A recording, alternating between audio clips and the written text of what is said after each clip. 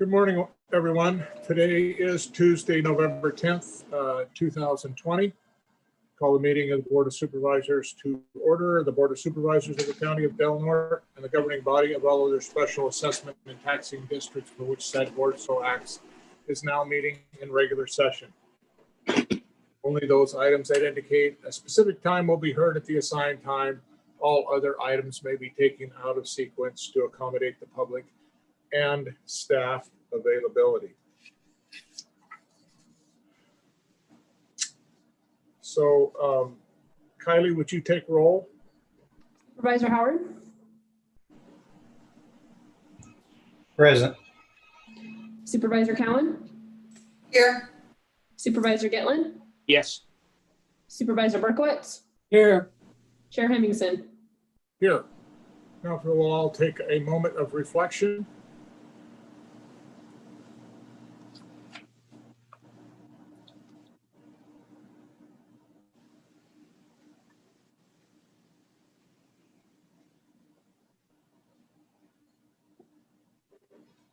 And now, if you'll all please stand and join me in the Pledge of Allegiance.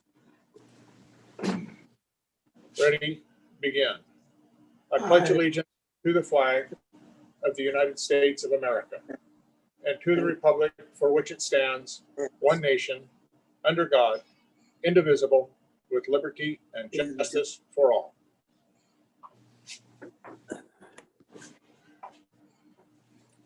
Thank you. Jay, any new employees? No, not today. Thank you. County Council, any reportable actions from closed session? Yes, we have two actions. First, the board authorized the county council to defend the county in the case of Sassman v. United States Department of National Passport Office et al.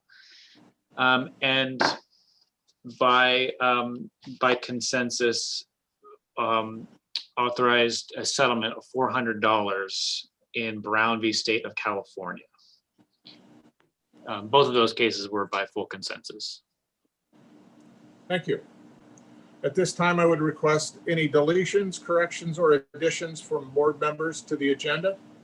In order to add an item to the agenda, the matter must have come to the attention of the county subsequent to the posting of the agenda, and the matter requires action before the next regular meeting of the Board of Supervisors. Are there any such items? Okay. Hearing none, we're going to move on. We're going to move on to the consent agenda.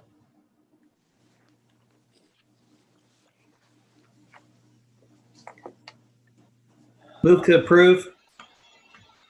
I have a motion by Supervisor Howard to approve the consent agenda. I'll second. And I have a second by either Supervisor Cowan or Supervisor Berkowitz. Flip a coin or? Go ahead and let Lori have it. All right, thank you. Any public comment on consent agenda items, Kylie?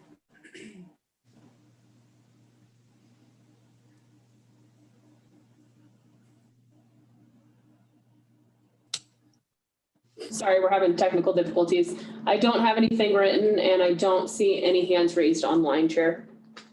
Okay, thank you. Any comments or questions from board members on the consent agenda? Kylie, would you please poll the vote? Supervisor Berkowitz? Yes. Supervisor Gitlin? Yes.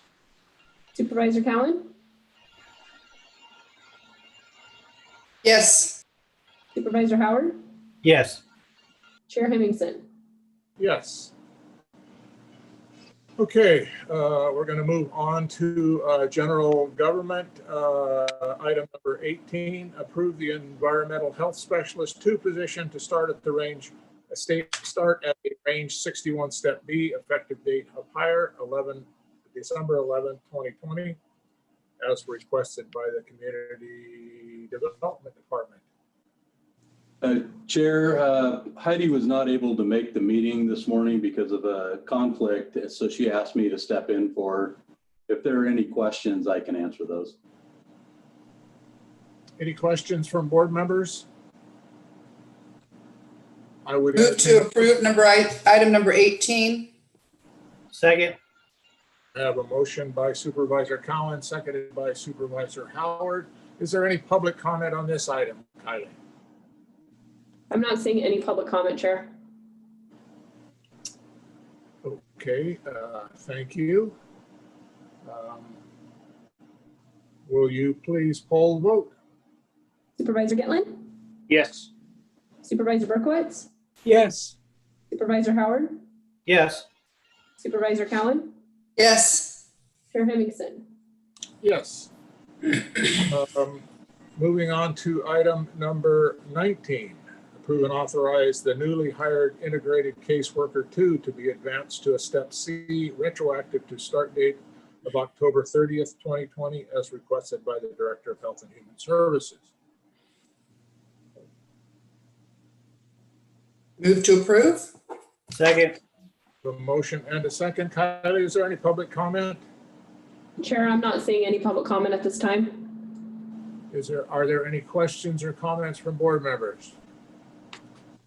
Kylie, would you please poll the vote? Supervisor Gitlin? Yes.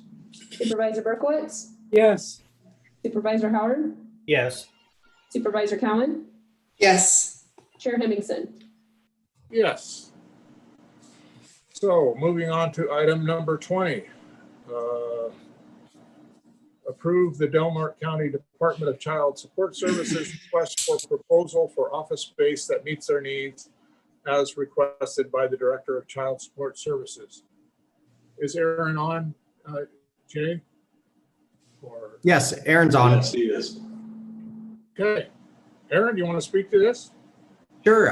This is something that we've been pursuing and was requested by Board of Supervisors prior to my departure on deployment. Now that I've returned, I am resubmitting our request for proposal. The submission that I made is pretty straightforward. Ultimately, what we're trying to do is reduce our funding. We are experiencing some funding cuts to the program, so we're trying to make that match our current funding schedule. We also want to ensure that it meets our staffing needs and then improves our safety. So I'm requesting the RFP to be distributed, and I will reach out to any potential bidders to this process and then bring it back to the board for additional information and possibly approval. Great. Thank you. Any comments or questions for Aaron from board members at this time? I do, Mr. Chair. Go ahead. Okay, go ahead. Who are you recognizing? You, Roger. Okay, thank you. Aaron, are you there? Can you hear me? Yes, Supervisor Gitlin. Yeah, Aaron, I've got some issues that I'd like to discuss with you. First of all, I'm looking at this narrative, and I'll just read a couple of sentences. Is discuss current facilities does not meet the needs of its customers, and it poses security risks to its employees. I don't know, maybe I'm missing something here. The language of customers disturbs me. I thought they're clients, and this is not a store, and it's not Visa and MasterCharge and a cash register there. The other issue in the last paragraph, the department will make recommendation to the Board of Supervisors for possible contact approval. I'm assuming you mean contract approval? Correct. My apologies. Well, and again, these are small points, but it speaks to the issue of rushing this whole thing. And I don't know, maybe it's just deja vu all over again. But had Family Services entered into a proposed lease as requested, what is it, about a year ago?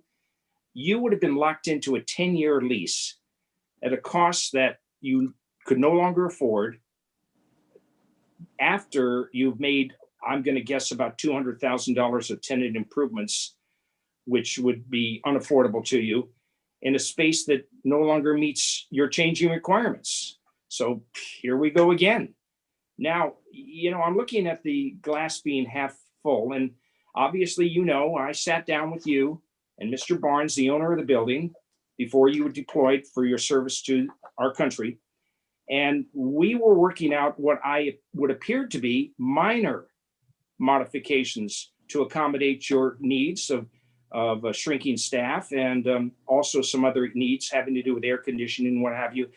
And when we left that meeting with you two there working this thing out, I was under the impression that you had a very willing, compliant landlord, and you making certain requirements to him that he was more than willing to accommodate to. Now I see we're going in another direction. And I'm troubled by this, Aaron, and I say this to you because I think this thing is being driven by personal animus rather than the objective facts. Fact is, you're going to look for another RFP. Where would that be? And this is a small town. There really are no other options. The only option I could see you're looking at is the agenda-driven option to put you next to DHHS in a building that is not yet occupied at a cost substantially higher than what Mr. Barnes, the owner of this building, is offering you. So I'm wondering why we're looking elsewhere. I'm wondering if there are other reasons. So I cannot support this RFP at this point. I'm saying to you, I'll select the alternative, work it out with Mr. Barnes. The item you have in you, the building you have, adequate parking. If there's some security issues, let's deal with it. And the client base that you serve knows where you are, has known that for well over 2 decades. I say to you, keep it where it is and work out the differences. And let's not go look for a non-existent, more costly alternative. Thank you, Supervisor Gitlin. I appreciate the feedback. Would you like, I wrote everything down in order. Customers in that relation, I was referring to our outside customers, the people that we serve, clients also our internal customers, the people that work for us. So I wanted to look for a facility that meets both their needs.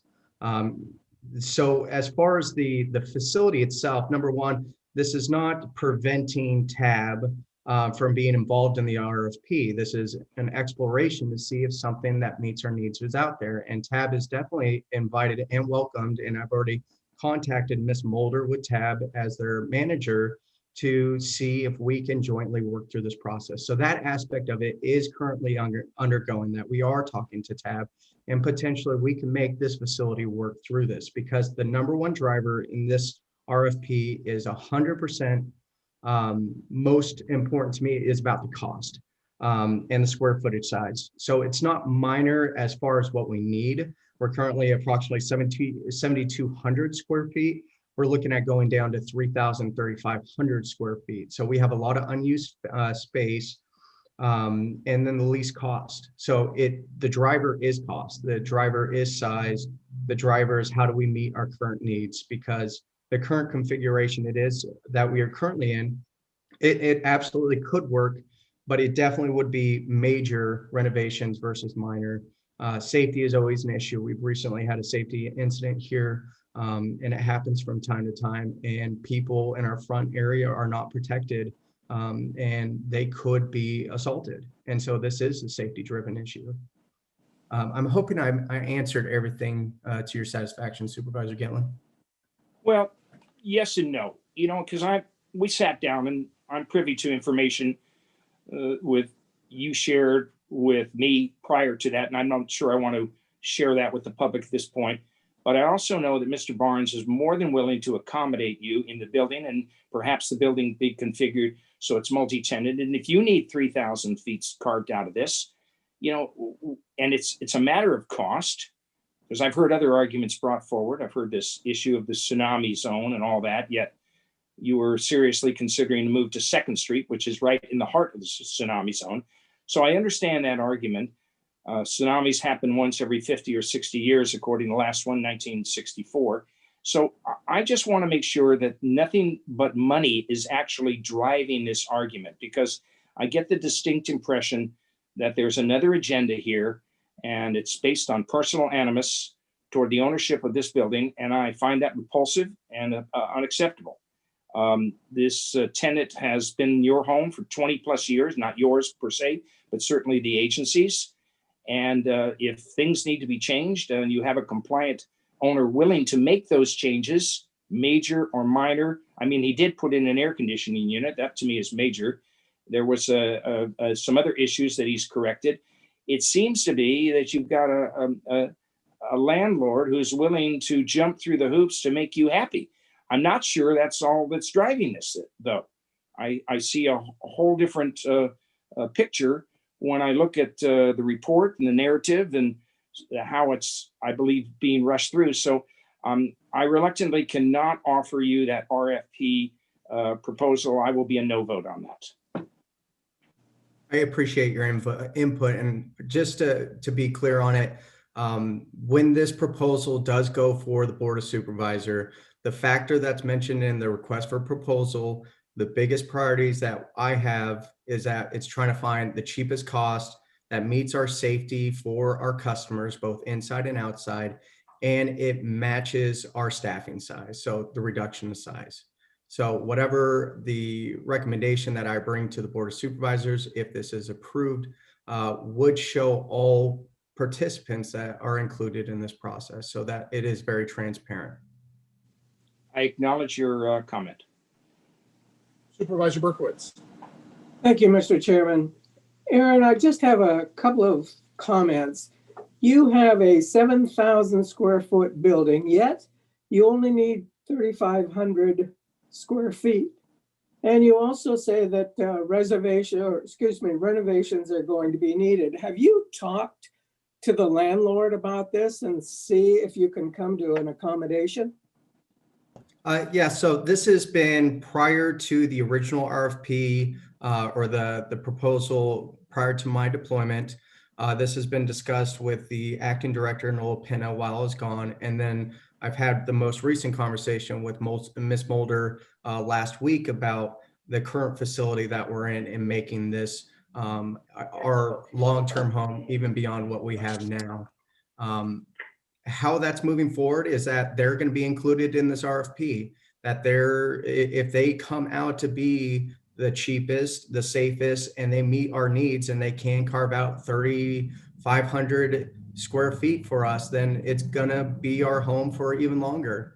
I'm not writing them off, not in the long run. And that's why this process is going to be important, because our cost reduction is a big driver in this situation.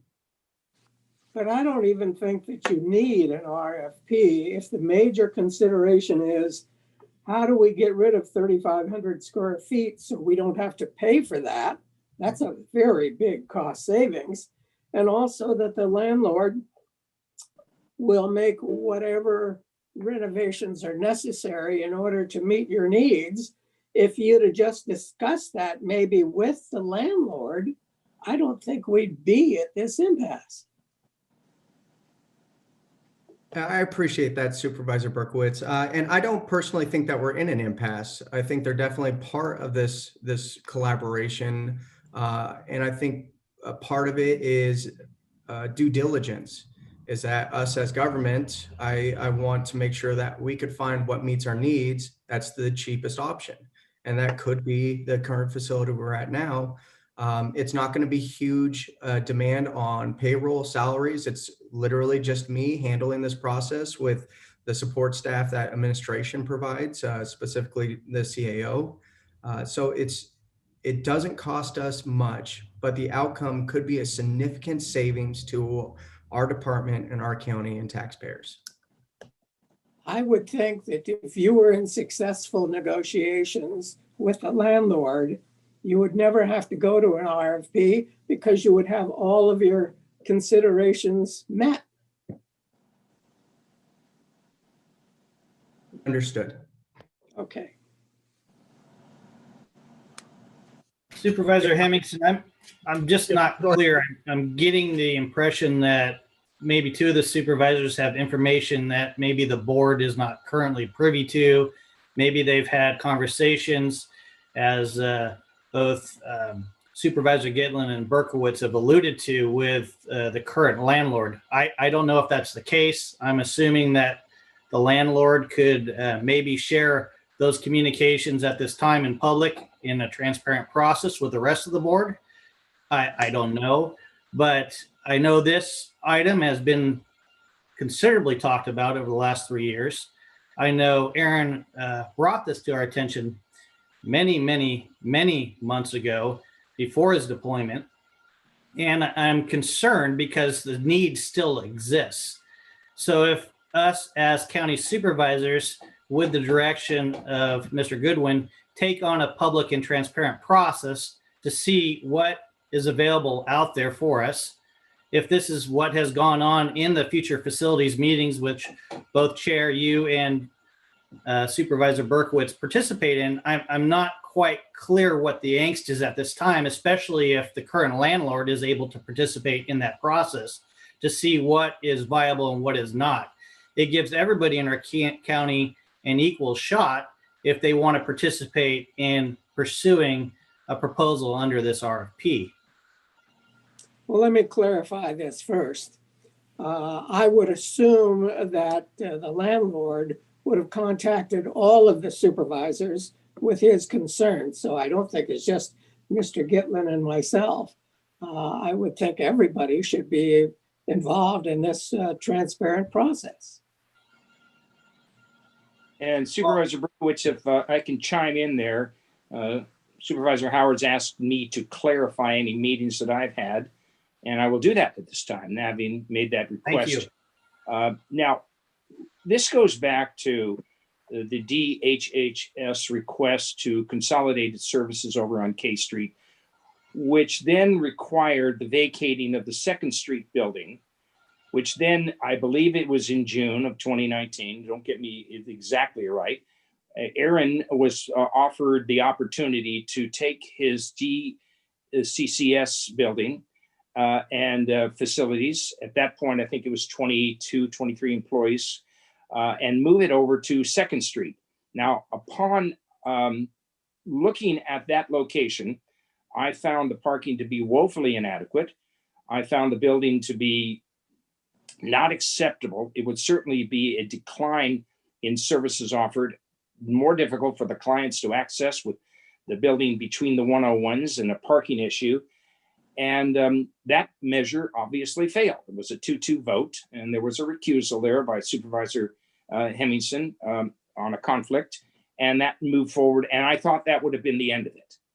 But now it's, and following that, I sat down in April with Aaron, you recall, and first we had 2 meetings. One, I approached him, I said, how do we work this out? What is it you need? How can I be helpful? Questions like that. And then Director Goodwin said, yes, I would like your help. And yes, he thought that he would like the assistance of me to facilitate putting him together with the ownership of this building. And we did that within 2 weeks. And at that time, I observed a very compliant, very willing landlord who saw the needs of keeping that tenant in place. And we went over some of the issues, including putting on a new roof. That's certainly not a minor expense. Needed a new roof, a new HVAC system. There were a number of other, I don't have the list totally in front of me, but there were a lot of other things. And there was even a small rodent problem, which was corrected. I find the TAB associates to be highly motivated in keeping this tenant happy, including configuring the building to accommodate his declining staff, which I think is somewhere in the neighborhood of 17 or 18. Aaron, you can check that and let me know if that's an accurate figure. But some of the issues, and I'll just go over them right now that we discussed, some of these changes were, let me just go through this. Down to K, impose unrealistic deadlines. Okay, so I'm seeing that a floor plan was substantiated, was developed to meet the needs of the current tenant needs. Now that was done at the expense of the ownership of TAB. Have you, Mr. Goodwin, developed an additional floor plan that you would like to share with us that's changed from that floor plan that was developed to meet your needs? And I would ask you, what about the current code requirements that I'm told both state and county that Mr. TAB Associates has agreed to abide by? It is not a parking issue. I think you've got an excellent building there. And I think you have a tenant who's made, you are the tenant, Mr. Goodwin, and you've made requests. And I think you have a more than compliant landlord who's willing to meet. I haven't heard one that he's rejected. So again, I'm going to go with Supervisor Berkowitz's comments. So why are you here with us on an RFP when you have the building you want? And if it is just a fact of money, I don't think there is a second place here. I think you're going to find the bucket you have is the one that you're out there seeking to get is not going to be an improvement, and it's going to come at considerably more cost to you on the limited spaces that are available. I don't know if you need to do an RFP on this way. So these were some of the areas that we addressed face to face in your office before you deployed, and I would say that's sometime back in April, and then you left the country after that, and here you've come back and you're requesting an RFP for us. So I think that's, I hope that's been helpful in clarifying what has been done to keep you in the current location and getting Mr. Barnes to accede to your needs in making this building compliant with current state and county standards. So, Mr. Chairman, one more comment. I'm hoping that Aaron will have a conference with Tony Barnes, see if these issues can be resolved, which I think they can to mutual satisfaction. If they can't be resolved, then I think it's legitimate that you come back to this board and go for an RFP. But why go for the RFP if there's no need to do this? Doesn't make sense to me. Agreed. Yeah, I would like, go ahead, Chris.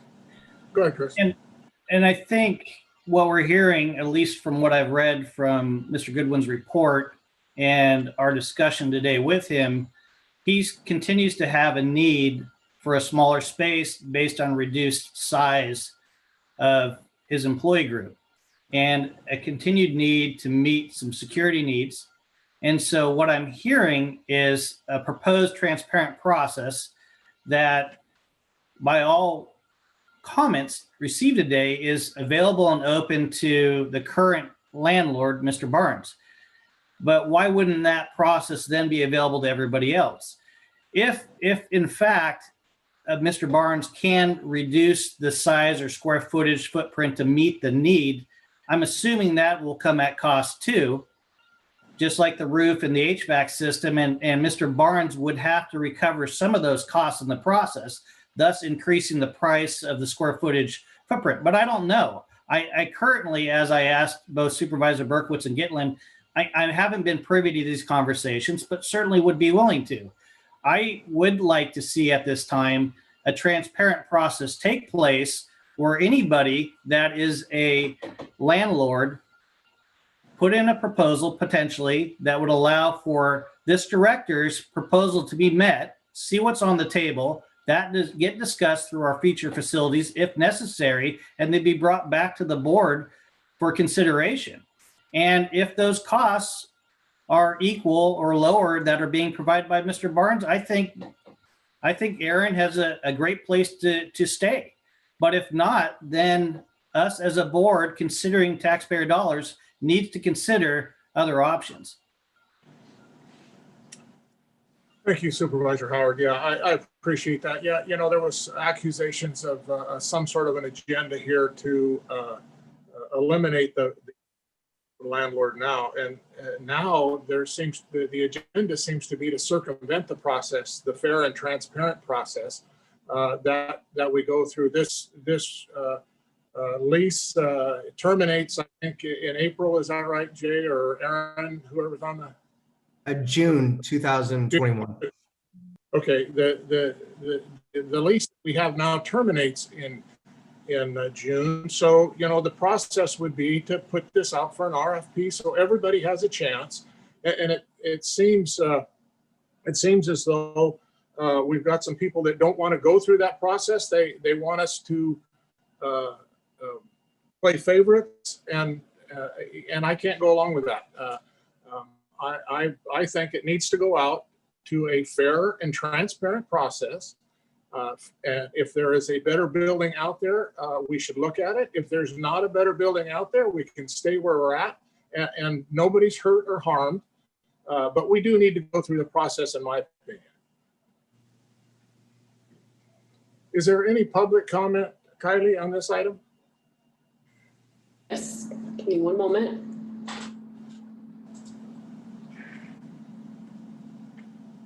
Thomas, you are on. This is Thomas Barnes. Can you hear me? Yes. Yes. Okay, great. Listen, thank you for taking the time and allowing me to speak on this. I am the current landlord. And I just have to tell you, really, you have been a tenant for over 20 years in this building down there. We have made the modifications initially to put you in the building, and those of you that are in the real estate business understand the cost of tenant improvements. Those of the majority of the tenant improvements have been made on this facility already. There's really no need for you, the county, as a tenant, to go out and expose yourself to an increased cost in another building where all of these tenant improvements are going to have to be created again from the beginning. We've done the tenant improvements, they're paid for. There's no need to do additional heavy tenant improvements. There are minor modifications that are required. It's very common in the real estate business for tenants' needs to change over time, particularly over 20, 30 years. And it's very common to sit down and to renegotiate and to make the required changes to the existing space without going to the additional expense of recreating the wheel, which basically is what you've done. If you want to put this out to an RFP, I don't have an issue with it. My question is, why do you want to recreate these expenses again when they've been already taken care of and paid for in an existing facility that has well served your purposes, with the parking issue that was raised, that has been raised with all issues actually that have been raised.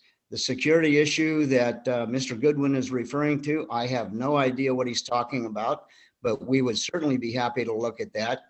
And also, this building is sprinklered from a health and safety standpoint, which is a horrendous expense for anybody to incur, as you would probably know yourselves in buildings that you've built. The building is sprinklered. We sprinklered that building for you, and I am probably pretty sure that any space that you look at in this town is not going to be sprinklered, and nobody is going to want to go to the expense of sprinklering a building. That's an advantage to you. So if you can all remember back 12 months ago, you all went through this loop one time before, as Mr. Gitland alluded to. You put it out to RFP, you were going to move to another location. The other location wasn't adequate. It didn't provide the parking you required. You were going to have employees crossing 101 in the rain to get to the space. The space wasn't contiguous. It didn't offer the security that you needed. You didn't have any room for growth, et cetera, et cetera, et cetera. But you were ready to jump into a 10-year lease, commit yourselves, commit the community to the cost of that 10-year lease, $200,000 worth of tenant improvements. And now you've— Mr. Barnes, if you could wrap it up, please. Your time is up. I'll wrap it up very quickly. Now you find yourself with your needs changed just after 12 months. And so now you want to go back out to an RFP. I'll just make this statement. As your landlord for over 20 years, I am more than willing to sit down with the county and to look at the space, which we've already done, discuss the modifications that are required, make them for you, and allow you to stay in the existing space. It will be the least cost alternative that you'll be looking at. Appreciate it. Kylie, is there any other public comment? Chair, I'm not seeing any at this time. Chair, I'd just like to make a statement with all due respect to Mr. Barnes and his excellent service to us over the last 20 years.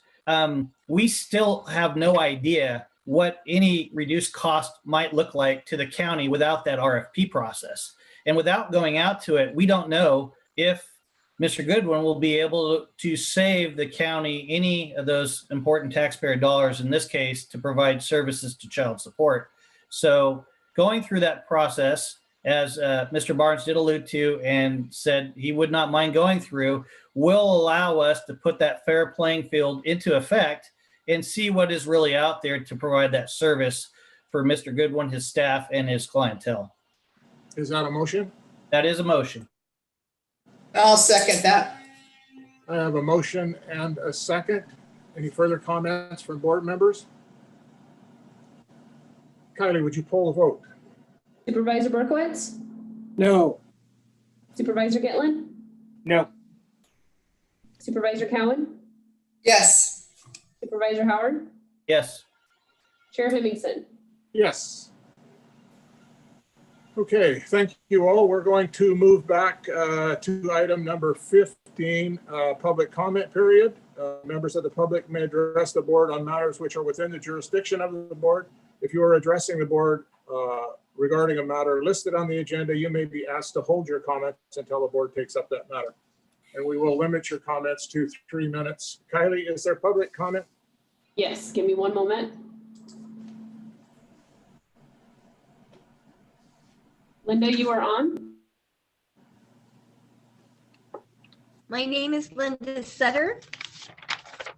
I'm here before you today to place a citizen's arrest under California Penal Code 837 on the following elected officials and employee: Supervisor Chris Howard, Supervisor Lori Cowan, Chair Jerry Hemmingson, Supervisor Bob Berkowitz, and Chief Administrative Officer Jay Serena.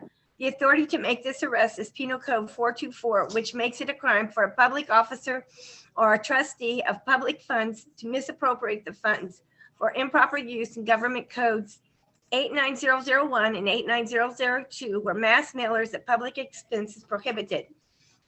On July 14, 2020, Board of Supervisors gave Serena direction to contract with Clifford Moss using public money and concealed this expense of $40,000 from the public as well as from the Fair Political Practice Commission under the guise of public education. The county contends the mass mailings were of educational use for Measure R. However, government codes 89001 and 89002 state mass mailings at public expense is prohibited. I have left a complete copy of the citizen's arrest complaint along with supporting documentation in your boxes. At this point, I need to hear from the sheriff what action must be conducted to complete the citizen's arrest. I'm not hearing anything, but it's on record. Is that the end of your public comment? No. It is my belief, based upon supporting documentation that has been provided to you, the facts contained in the document that Del Norte County ran a campaign under the guise of public education. The public officials used $40,000 of public funds for Measure R and concealed this from the public and from the Fair Political Practice Commission. The county contends the mass mailings were for educational purposes only. However, government code 89001 and 89002 state mass mailings at public expense is prohibited. Thank you. That is the end of my comment. Thank you. Kylie, is there any other public comment? Chair, I'm not seeing any at this time, but the sheriff, I think, would like to speak. Oh, okay. Sheriff Apperson. Hi, can you hear me? Yes. Hi there. I just want to acknowledge that I did hear Linda Sutter's comment and her request to make a private person's arrest. Linda, if you can hear me, what we're going to need at the sheriff's office is your documentation, any supporting information, and we will certainly forward that to the district attorney's office for review. Thank you, Sheriff. Is there any other comment, Kylie? Anybody else need to speak? Chair, I'm not seeing any at this time. Okay. We are going to move on then to our 10:30 timed item, which is an update by Dr. Warren Raywalt. Doctor, are you on?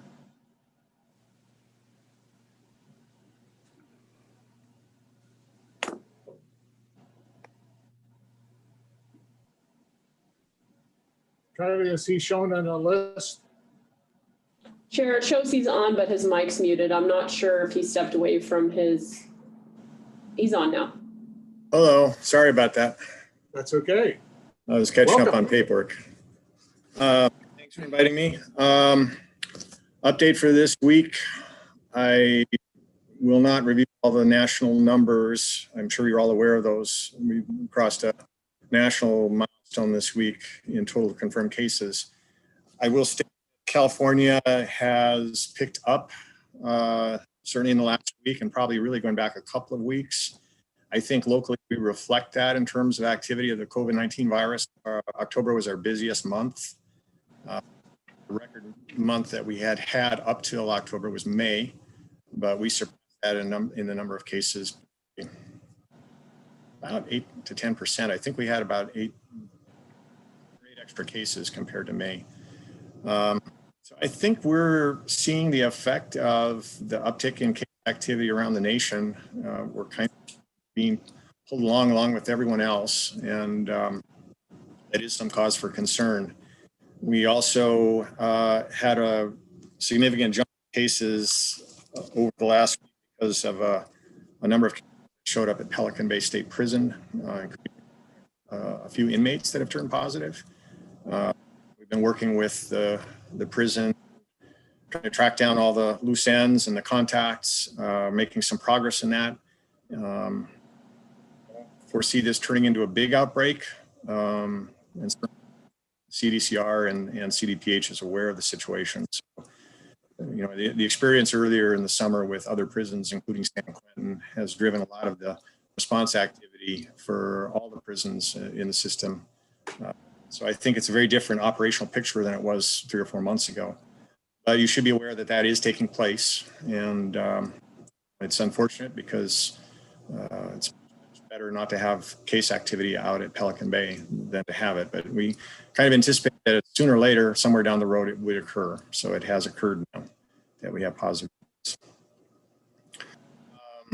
Wanted to comment a little bit about the report this week about the new vaccine from Pfizer. Reports that you've been hearing about its shipping requirements, those are true. We've been aware of that for some time. The vaccine is fairly complicated in that regard. The press release this week was very encouraging. If you have a 90% efficacy rate in a vaccine, that's really very good. Compared to a lot of vaccines, that's a mark for a very effective response. And we're pretty encouraged by that. We've been doing some of the groundwork in advance, like all the jurisdictions in California are doing, trying to ascertain who's willing to get the vaccine. I mean, we can't force people to get it. It's voluntary, but we're going to encourage it. And the frontline healthcare workers are the key individuals that we vaccinate with the first batch of vaccine when it becomes available. There's still quite a lot of logistical stuff that we need to solve locally or will provide assistance to solve. And mostly that centers around the cold storage requirement, because this vaccine is required storage at about minus 80 degrees centigrade, which is very cold. So there's a few steps that have to happen before that vaccine gets used. And I'm going to remind everybody that the first batch of this vaccine, when it rolls out, is fairly limited and spread out across the country and indeed around the world. So we don't expect a large number of doses arriving in Del Norte County. And over the next 4 to 5 months, a lot of this picture of vaccination for COVID is going to change. So there'll be lots of news developments. I don't really have anything else to report. I'm going to briefly mention the Binax Now test. We do have a small stockpile at Public Health. We've had some response from some of our healthcare partners, and we're working to get some of those test kits out to them. There are some commitment requirements that we're asking for in terms of documenting the use. And once people have followed through with that and also shown that they've reviewed the procedure of how to use it, get it out into their hands as soon as possible. We've reviewed it ourselves internally at the health department. It's a very simple test. I think it does help overall because the answer you get for this test, if you're symptomatic, it's very quick. And we think it's pretty good agreement with the more sophisticated PCR testing that everyone's used to. We are still in the early stages of getting it rolled out, but we expect that next month, we're going to have several offices at least available and using this, hopefully sooner than actually. And then the update I wanted to give you about was the local testing effort. It's kind of gotten back on track because one of the key things was permission from higher authority to use the testing equipment, emergency use authorization, and people probably know with that term. Are still working on our end of it of developing our collections team. Had some response to our request for employment. We have several strategies in line to make sure this happens in a timely way. Honestly, a lot of the use that we really want to see happen is going to be centered around workplace environments, and that would include nursing facility and assisted living facility. So it's still more or less on track. We don't have a start firmly yet, but we're getting. And then lastly, I'm going to go back to the vaccine a little bit because part of the effort of the federal program to roll out the vaccine has included an agreement with pharmacies to provide services for assisted living and skilled nursing. And that is going to apply to us. We just don't know exactly when and where, but we think that's going to be a big help because that's a fairly heavy lift to get all those folks vaccinated. So as far as we know, we're still in that pipeline along with the rest of the country. And I will happily take any questions. Any questions from board? Can you hear me okay? Yes. I do have Supervisor Gitlin here. I do have one question and a clarification. So I'm reading off the public health site, the COVID site, and it says there's one new case and there's 13 active cases. Is that correct? That's as of yesterday. We actually have 4 new cases reported this morning and 3 contacts of other cases. Okay, so 4 new cases, which rolls into my next question or comment to clarify the 3 new Pelican Bay State Prison inmate cases. There were 3 of them, and they're all transferees. And I'd like the public to know that these inmates were transferred up to Pelican Bay upon receipt through the protocol of Pelican Bay State Prison.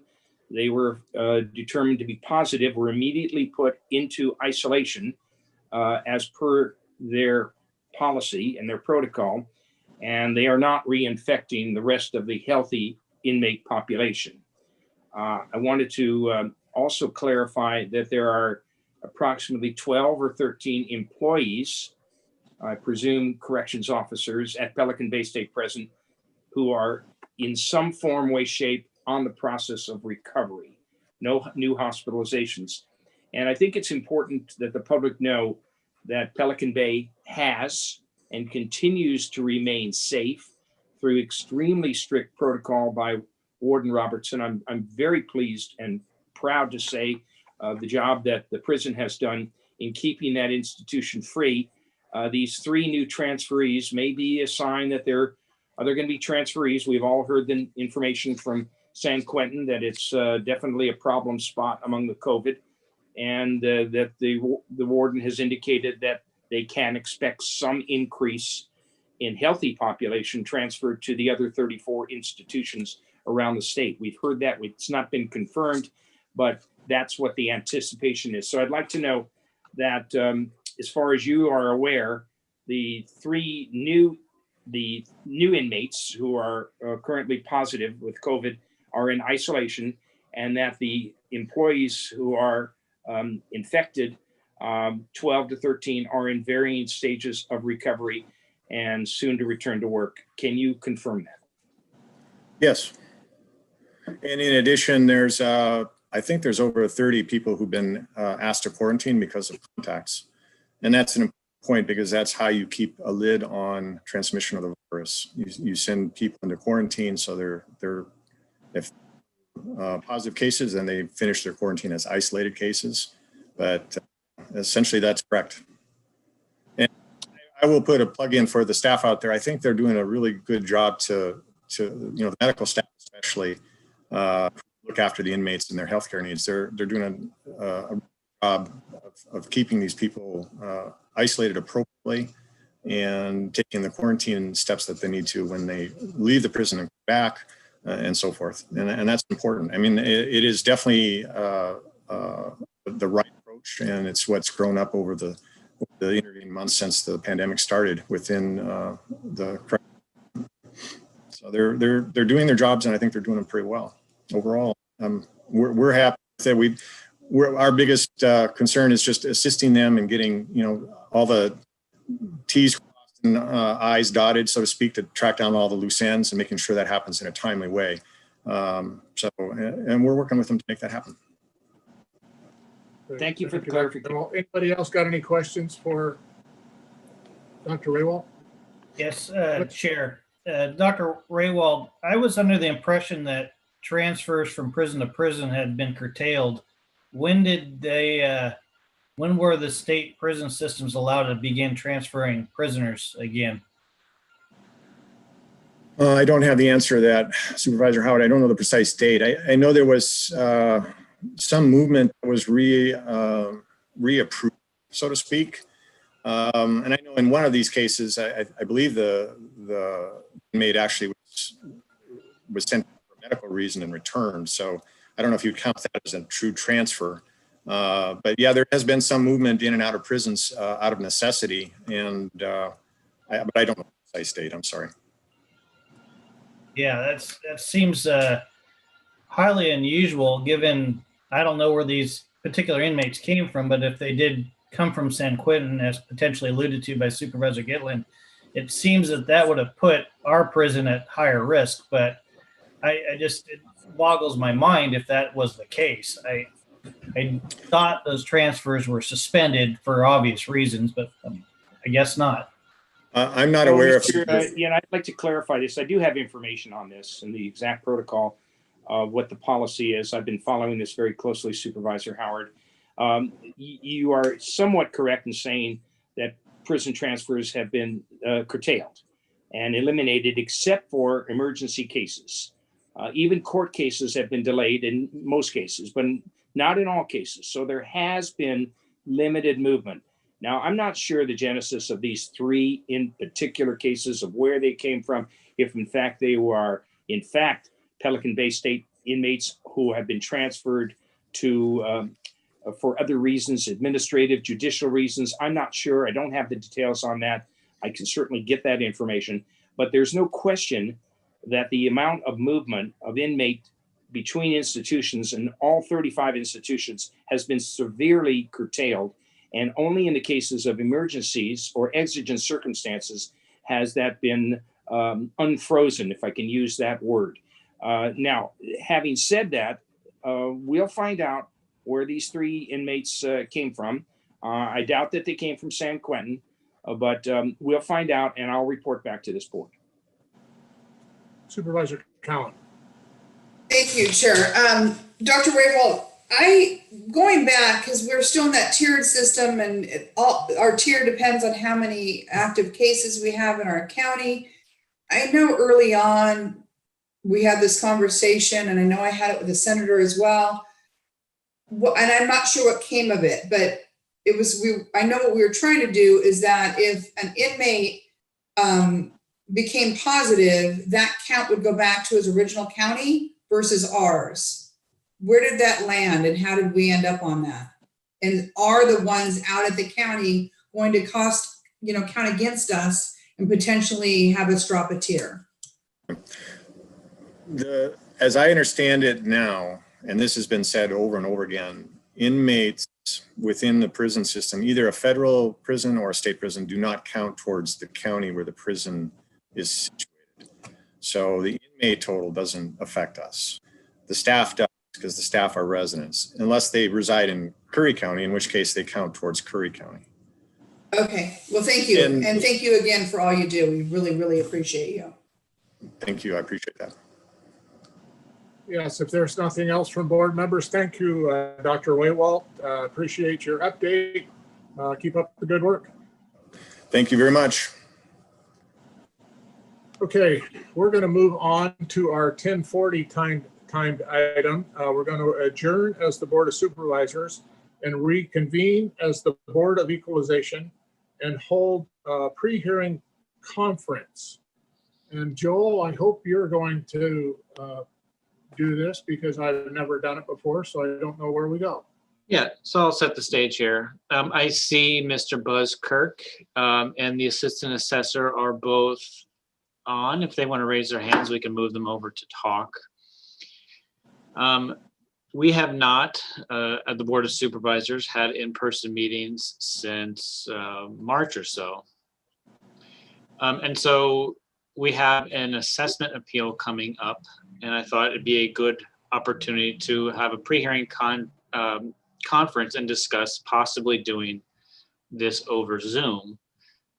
The things that we need to work out are, kind of witness lists, how we're going to present evidence and exchange exhibits and things. I think all the counties are doing kind of a different array of things. And you all should have gotten kind of a pre-hearing brief from both the assessor and the applicant Safeway. I don't know if you had a chance to look at them. From my reading, it looks like we aren't going to have witnesses or evidence, that this is purely going to be a discussion or an argument over the proper method of valuation. And so the parties can correct me if I'm wrong. It's within the board's discretion if you want to do it in person. We'll probably have to do it over in the rec gym with proper spacing and wear masks and allow the public in. Even though these are not Brown Act covered hearings, they are open to the public per the county's own regulations. So with that, I'll open it to anybody who has questions, or to the applicant or the assessor with any comments on the pros and cons of Zoom hearing and whether the board wants to do it. So I guess my question would be is how are we going to show documents and there are no witnesses? And are there no documents other than what we've already received? There will be, limited documents. What you've received are arguments, but I think the assessor at least will submit something more formal. Screen sharing, I suppose. You can all have the documents ahead, and if they're marked clearly as exhibits or something, people can refer to them. Brantley, you want to speak to that? Yeah, this is Brantley, the assistant assessor. Yeah, we do plan on submitting more of a formal appeal, something more similar to what you would see in person. We would submit that via, so it's online on the Zoom. So we don't see an issue with submitting documentation for evidence on our argument. And Mr. Buskirk, am I correct that you don't intend to have like an expert to discuss the proper evaluation method or anything like that? Yeah, at this time, I don't have a witness lined up to testify. Is it your intention to get one lined up? Well, we have someone that's actually testified on our behalf at prior hearings, but I haven't asked him to be present for this one, no. Okay.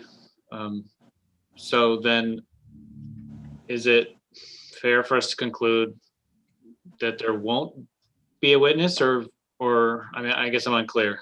Yeah, in all likelihood, there won't be. Okay, well, does the board want to, it's in the discretion of the board. Do you want to do a Zoom hearing or do you want Mr. Buskirk to come up and we can hold a real one in the rec gym? Yeah, I think if there's a potential for being having a witness here, that we should probably have an in-person meeting in the rec gym. Personally, I don't know how everybody else feels about it. No, I'd be in agreement with that. And is that the one that we were talking about scheduling for December 3rd, correct? Am I on the same page here? Yes. Yes, okay. So it was my understanding we were already planning on doing it in the chambers, separated, how we did it in the very beginning of COVID. We separated ourselves and anybody who wanted to come to the meeting was in the rec gym, correct? I think we just have to figure out some logistics there, but yes, it's kind of on calendar for in-person on the 3rd. Whether it'll be like a split where the public can view from the rec gym or exactly the details. There probably isn't going to be much public, so that might be moot if we can do it in the chambers, but we'll figure those out. But it sounds like everybody's on board to do it in person. Yeah, I think so. Okay. Are there any other issues of procedure that either party want to discuss?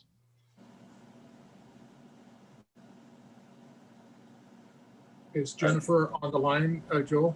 This is Brantley. There's no issues on our end, whether it's in person or via Zoom. I did want to note, I believe there is already an appeal hearing set for the 3rd, a separate hearing as well. I believe that one has been set for in person. So I don't know if that makes any difference for this hearing, but just wanted to note that as well.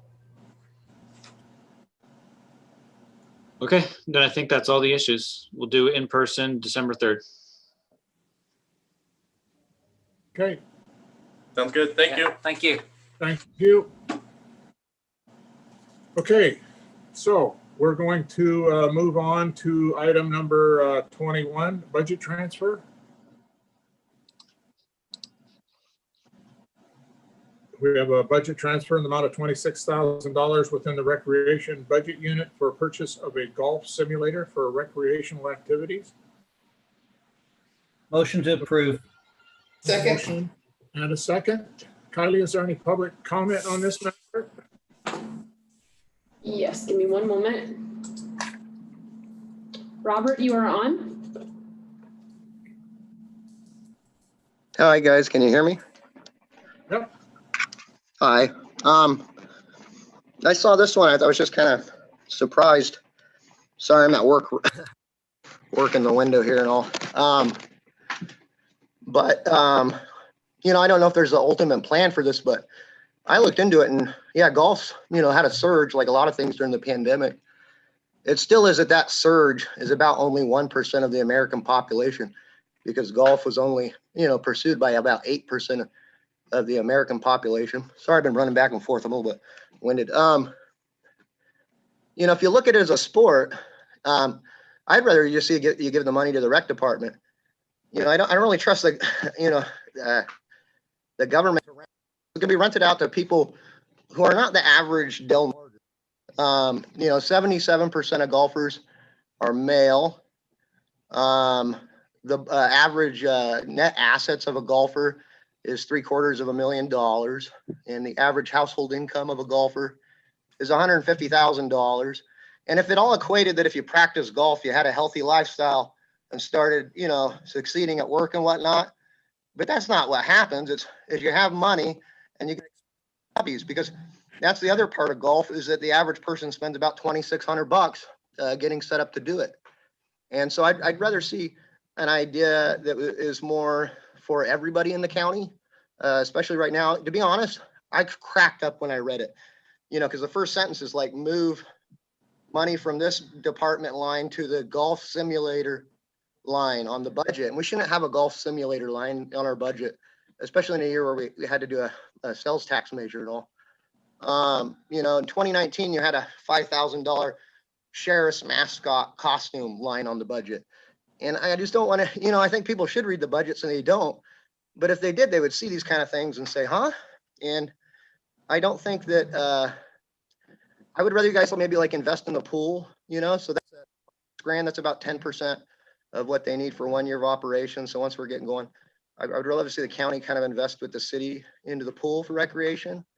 And, you know, my kids, I've used it countless times. In poverty, I've never not been able to afford to send my kids to the pool. You know, I've always been able to scrape up to $2 and change. I'm not a golfer, so maybe I'm biased, you know, but you know, a lot of us do see it as kind of a pretentious sport. And I think even those that participate in it would be kind of wondering, you know, about $26,000 for a golf simulator. This is something that, you know, the people who like this kind of thing can actually afford it themselves for the most part, you know, to put one in their home. And, you know, again, I did crack up and I started saying, man, you guys are trying to inspire me to quit my job and become a comedian because because it's like great writing to see a $26,000 golf simulator. Thank you, Roger. Can you wrap? Thank you, Robert. Can you wrap it up, please? Oh, sure. Yeah, thank you for your time. I'm sorry. That's all right. Thanks. Is there anything else, Kylie? Chair, I'm not seeing any other public comment at this time. Okay, any comments or questions from board members? Kylie, could you poll the vote? Supervisor Berkowitz, You're on mute, Bob.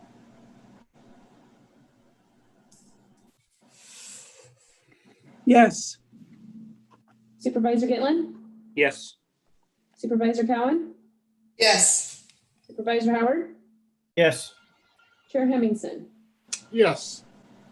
Okay, consider miscellaneous legislative and budget matters pertinent to the county. Jay, do we have anything? Not at this point. I will note to the board that shortly after the first of the year, we'll be bringing forward draft legislative platforms at both federal and state level for the board to consider and adopt. But we'll be seeing that shortly after the first of the year, as obviously a new administration is looking to be coming in, as well as any new policies that might be coming through the state. So expect that to be coming soon. Okay, has anybody else got any legislative or budget issues?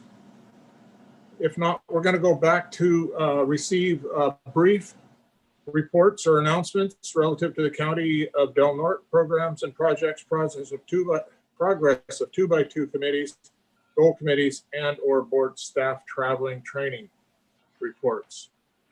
Start with Supervisor Berkowitz. So I have signed up for the CSAC conference, and so I'll be reporting back to let you know what great nuggets that I have learned. Great. Supervisor Howard. Thanks.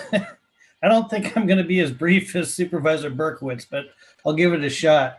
I did want to reflect a moment on the passing of Eileen Cooper. I know both Supervisor Hemmingson and I were contacted about potentially doing a proclamation for Ms. Cooper, but as many outstanding individuals have passed in our community over the last 6 years that I've been on the board and previous that we have not honored through proclamation, I didn't think it was appropriate to give recognition at this time. But I did want to make mention that, Eileen, although difficult at times in understanding where she was coming from, did have a cause that she firmly believed in and was a very outspoken member of the public in front of many of our boards, both city, county, and others, JPAs, and wanted to make sure that, that kind of voice, not always appreciated, but important part of our democracy in talking with elected officials. And just want to say, not necessarily that the environmental causes that she took didn't provide potentially some harm to our county and increased costs in our budget, but at the same time, there are motions that she believed in. And it's one of those things that as electeds, we need to continue listening to, even if it's a voice that we don't agree with. So Rep. Ms. Cooper attended a closed session discussion for Solid Waste Management Authority with other members of the JPA specific to the landfill. I can't exactly go into discussion at this time. Been preparing for the CSAC annual conference, which is being held earlier this year. In turn, preparing for the AENR portion, which is the agricultural natural resources piece of that, which I am currently vice chair of on that committee. Continued discussions over Highway 197 and removal of the sudden oak death, disease, tan oak trees, and other trees. That project has been coming along quite well, and agreements have been struck up with all necessary agencies and private landowners affected to treat for that disease here. Hopefully we can get control on it this month with those treatments. Also had discussions with County Council over some letters that we received concerning the Klamath Dam removal and potentially this notion that the Board of Supervisors has been stalling on that issue. And I'm here to say that the board has not been stalling on that issue. we've been waiting for response to our important questions and potential results of removing those dams and how that would affect assets of the county and assets of our constituents. Also, been in discussions with County Council and Director Tamara Layden of the Del Norte Transportation Commission about seeking alternative counsel for the Transportation Commission. And then also assisting the Tolowadini Nation and Rowdy Creek Fish Hatchery in seeking necessary permits as it relates to service of Rowdy Creek Fish Hatchery Derby participants in February. It appears that the National Park Service is requiring some permit that is unheard of for service of Derby constituents on Peacock Bar. And we're still trying to figure out what that permit is. Dr. Raywald hasn't been able to figure it out yet. So hopefully with some continued inquiry, we'll be able to get down to the bottom of this and move this process forward. And that's all I have at this time, Mr. Chairman.